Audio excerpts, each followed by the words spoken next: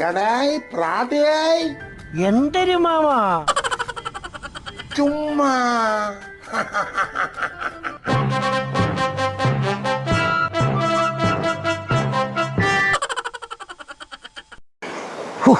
വല്ലാത്തൊരു ജന്മം തന്നെ എൻ്റെ ജന്മം. അങ്ങോട്ട് തിരിഞ്ഞാൽ കുറ്റം, ഇങ്ങോട്ട് തിരിഞ്ഞാൽ കുറ്റം. ഒരു സ്വൈരം എനിക്ക് തന്നെ, ഒരു സ്വൈരം. എൻ്റെ ഭഗവാനെ, ഞാൻ എന്തൊരു ദ്രോഹം ചെയ്തു ഭഗവാനെ. എവിടെ പോയാലും എനിക്ക് ഓരോരോ പ്രശ്നങ്ങൾ തന്നെ.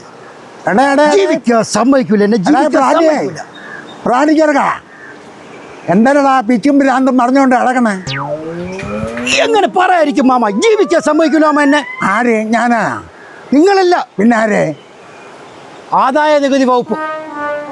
ആര്? മാമ എൻ്റെ വീട്ടിൽ റെയ്ഡ്. ആര്? ആദായ വകുപ്പോട്ടല്ല, ഇ.ഡി. എടാ, കാക്കായിന് പോക്കില്ലാത്ത നിന്റെ അവിടെ എന്തൊരു റൈഡ് ചെയ്യാൻ വരണത്? ഒന്നുകൂടെ പറയത്. കാശിന് നിനക്ക് പോക്കില്ല. രാവിലെ 2 തോയ വാങ്ങിച്ച് തിന്നണമെങ്കിൽ എൻ്റെ അടുത്ത് വരണം. നിന്റെ അവിടെ എന്തൊരു പിന്നെ നോട്ടിക്ക് ഇ.ഡി വരണത്? ഇത് തന്നെ ഞാനും ചോദിച്ചത് മാമ. അങ്ങനെ അടുത്ത് ചോദിച്ചു. അപ്പം എന്തൊരു പറഞ്ഞു? എടെന്ന് പറഞ്ഞു. എന്തെടുക്കാൻ പറഞ്ഞ്? ടിക്കറ്റ് എടുക്കാൻ. ടിക്കറ്റാ? ഓ, അവർ വന്ന് കയറുന്നതിന് പ്രത്യേകിച്ച് ടിക്കറ്റ് എടുക്കണോ? എൻ്റെ മാമ എൻ്റെ അടുത്ത് വന്നോണ്ട് ചോദിക്കണം ടിക്കറ്റ് എന്ന് പറഞ്ഞു. അപ്പോൾ ഞാൻ മെനഞ്ഞാൽ അമ്മയെ നെയ്യാറ്റിക്കര കാണാൻ പോയില്ലേ? ബസ്സിലല്ലേ പോയത്? ബസ്സിൽ പോയി. 2 ടിക്കറ്റ് ഉണ്ടായിരുന്നു, എടുത്ത് കൊടുത്തപ്പം ഉടായ്പ വേണ്ട, നീ ടിക്കറ്റ് എടു. ഞാൻ പറഞ്ഞു സാറേ, ഇത് തന്നെ ടിക്കറ്റ്, ബസ് ടിക്കറ്റ്. ഈ ടിക്കറ്റ് അല്ല, മറ്റേ ടിക്കറ്റ് എന്ന് പറഞ്ഞു. അതെ, മറ്റേ ടിക്കറ്റ്. ഞാൻ നമ്മൾ മെനഞ്ഞാന്ന് ആശുപത്രി പോയപ്പോൾ അവിടെ നിന്ന് ഇട്ടില്ല ടിക്കറ്റ്. അതെ ടിക്കറ്റ്. വണ്ടി വെച്ചപ്പോൾ തന്നില്ല ടിക്കറ്റ്. പാർക്ക് ചെയ്ത ടിക്കറ്റ് അതെന്റെ വണ്ടിക്കകത്ത് കിടക്കായിരുന്നു. അയ്യോ, എനിക്കതിനെ കേട്ടത് ഒരുപാട്. കാരണം കേക്കി ഞാൻ അതെടുത്തോണ്ട് കൊടുത്തപ്പോ ഇതല്ല, നിന്റെ ടിക്കറ്റ് ഉണ്ട്, നമുക്കറിയാം, സെർച്ച്. ഇത് പറഞ്ഞ് എല്ലാവരും കൂടെ അകത്തത് കയറി മാമ. വീടിനകത്ത് കയറി കംപ്ലീറ്റ് അവിടെ കിടന്ന് എല്ലാ അലമാരി മേശ എല്ലാം തുറന്ന് പരിശോധിച്ചു മാമ.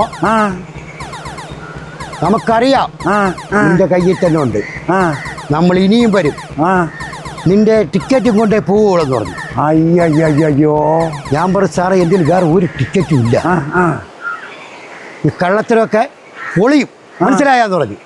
അത് ശരി. എന്തൊരു ചെയ്യാം മാമ, എന്തിനു മാമ എല്ലാവരും കൂടി എന്നെ ഇട്ടിങ്ങനെ ദ്രോഹിക്കണത്? നിനക്ക് വല്ലതും പിടി കിട്ടിയായില്ലേ? എങ്കിൽ ഞാൻ നിങ്ങളുടെ തിരിക്കാതെ പറയുമായിരുന്നു, എനിക്കൊന്നും പിടി കിട്ടിയില്ല. നീ എമ്പുരാൻ സിനിമ കണ്ടാടാ? അതിന് എമ്പുരാൻ കണ്ടിട്ട് കുറേ ദിവസമായില്ലേ? ആയല്ലേ?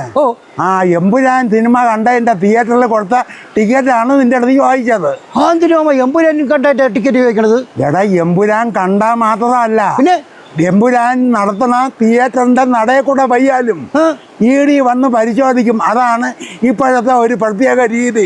അപ്പൊ എമ്പുരാൻ കണ്ടവരൊക്കെ വീടുകളിൽ, എല്ലാവരും വീടുകളിൽ പോകും മാമ. ഇപ്പൊ അങ്ങനെയല്ലേ? എമ്പുരാനിൽ പ്രവർത്തിച്ച എല്ലാവരുടെ വീടുകളിലും കയറി ഇറങ്ങി നടക്കുകയാണ് അവര്. അതുകൊണ്ടാണ് എന്റെ വീട്ടിൽ വന്ന് ടിക്കറ്റ് ചോദിച്ചത്. സംശയം. ടിക്കറ്റ് കിട്ടാത്തത് നിന്റെ ഭാഗ്യം. പിന്നീട് വീട്ടിൽ വരുമോ മാമ? പറയാൻ നോക്കൂല. ടിക്കറ്റ് വല്ലതും ഉണ്ടെങ്കിൽ മാറ്റി വെച്ചേക്കുന്ന. അതൊക്കെ പോട്ടു മാമ. രാവിലെ നിങ്ങൾ വീണ്ടും അതിലെ വന്നപ്പോഴേ എന്തൊരാൾക്കൂട്ടം. ആൾക്കൂട്ടം കണ്ടെങ്കിൽ നിനക്ക് വീട്ടിനകത്ത് വന്ന് ചോദിച്ചുകൂടായിരുന്ന? എനിക്ക് അത്യാവശ്യം പോകണം, ഞാൻ അങ്ങ് കളഞ്ഞു. ചെറുക്ക, അതൊരു തെറ്റിദ്ധാരണയുടെ പുറത്ത്. നിങ്ങൾ വല്ല അനാവശ്യം വല്ല ചെയ്ത? നിങ്ങൾ എന്തിനാ ഈ പ്രായത്തില്? ചെറുക്ക, അനാവശ്യം ഒന്നും ചെയ്തില്ല. പിന്നെ ഞാൻ രാവിലെ എത്ര മണിക്ക് കഴിക്കും? നിങ്ങളൊരു 5-5:30 മണിയാകുമ്പോൾ എണീക്കും. കഴിച്ചു കഴിഞ്ഞ് ആദ്യത്തെ ജോലി എന്തര്? കഴിച്ച് കുളിച്ച് നേരെ പൂജാമുറി കയറും. അതേ ഞാൻ ചെയ്തോളൂ തെറ്റ്. എന്തിനാ പൂജാമുറി കയറി? എന്തിനേറ്റ്? എടാ, പൂജാമുറി കയറിയതിന് കുഴപ്പമൊന്നുമില്ല. നിങ്ങളൊന്ന് തെളിച്ച് പറയുമാമ. നിങ്ങൾ എന്തിനാ ആൾക്കൂട്ടം ചോദിച്ചപ്പോൾ നിങ്ങൾ ഇങ്ങനെയൊക്കെ വളച്ചൊടിക്കണത്തിന്? എടാ, പൂജാമുറി കയറിയിട്ട് ഞാൻ തമ്പുരാനേ എന്ന് വിളിച്ച്. അതെപ്പോഴും നിങ്ങൾ വിളിക്കണല്ലോ തമ്പുരാനെ തമ്പുരാനെ. എവര് കേട്ട് തെറ്റിദ്ധരിച്ചടാ. ആര്?